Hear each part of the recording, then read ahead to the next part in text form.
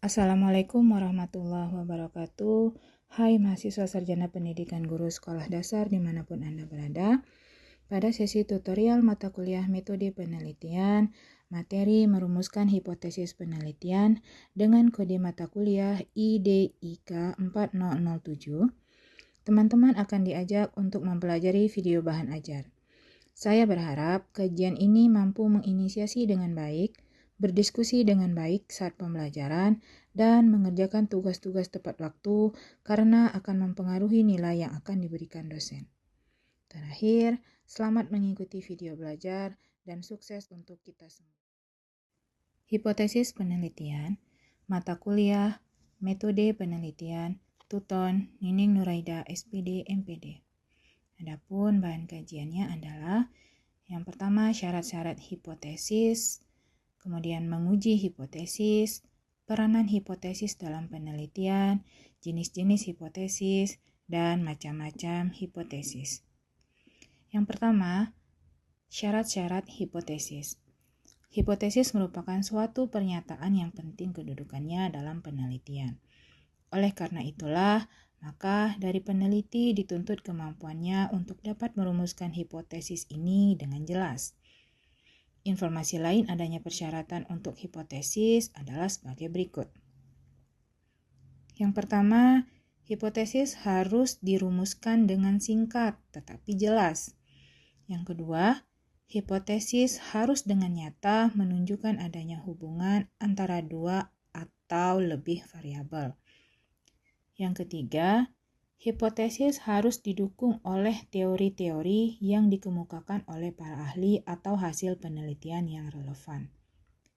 Hipotesis atau hipotesa adalah jawaban sementara terhadap masalah yang masih bersifat praduga karena masih harus dibuktikan kebenarannya.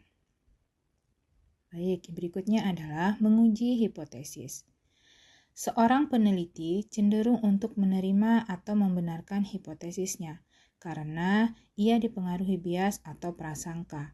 Dengan menggunakan data kuantitatif yang diolah menurut ketentuan statistik, dapat ditiadakan bias itu sedapat mungkin. Jadi, seorang peneliti harus jujur, jangan memanipulasi data, dan harus menjunjung tinggi penelitian sebagai usaha untuk mencari kebenaran. Berikutnya, peranan hipotesis dalam penelitian. Secara garis besar, hipotesis dalam penelitian mempunyai peranan sebagai berikut. Yang pertama, memberikan batasan dan memperkecil jangkauan penelitian.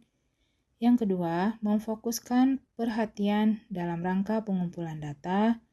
Yang ketiga, sebagai panduan dalam pengujian serta penyesuaian dengan fakta atau data.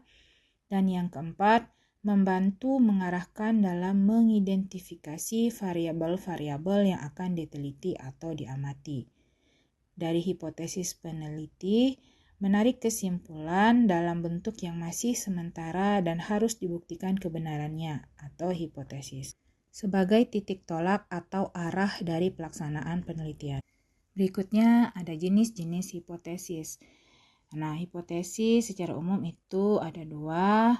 Yang pertama, hipotesis nol atau H0 adalah hipotesis yang menyatakan tidak adanya hubungan antara variabel independen atau X dan variabel dependen atau Y.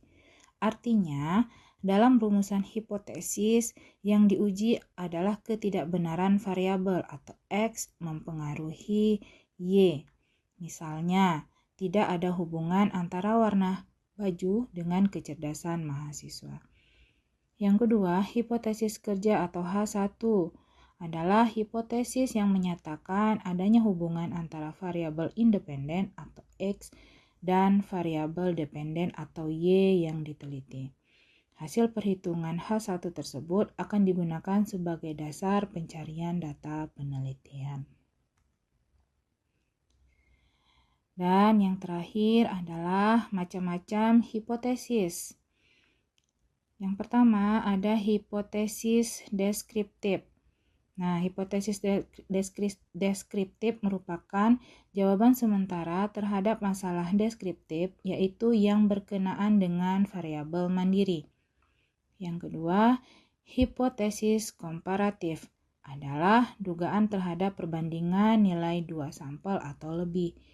Yang ketiga, hipotesis asosiatif. Nah, hipotesis asosiatif adalah dugaan terhadap hubungan antara dua variabel atau lebih.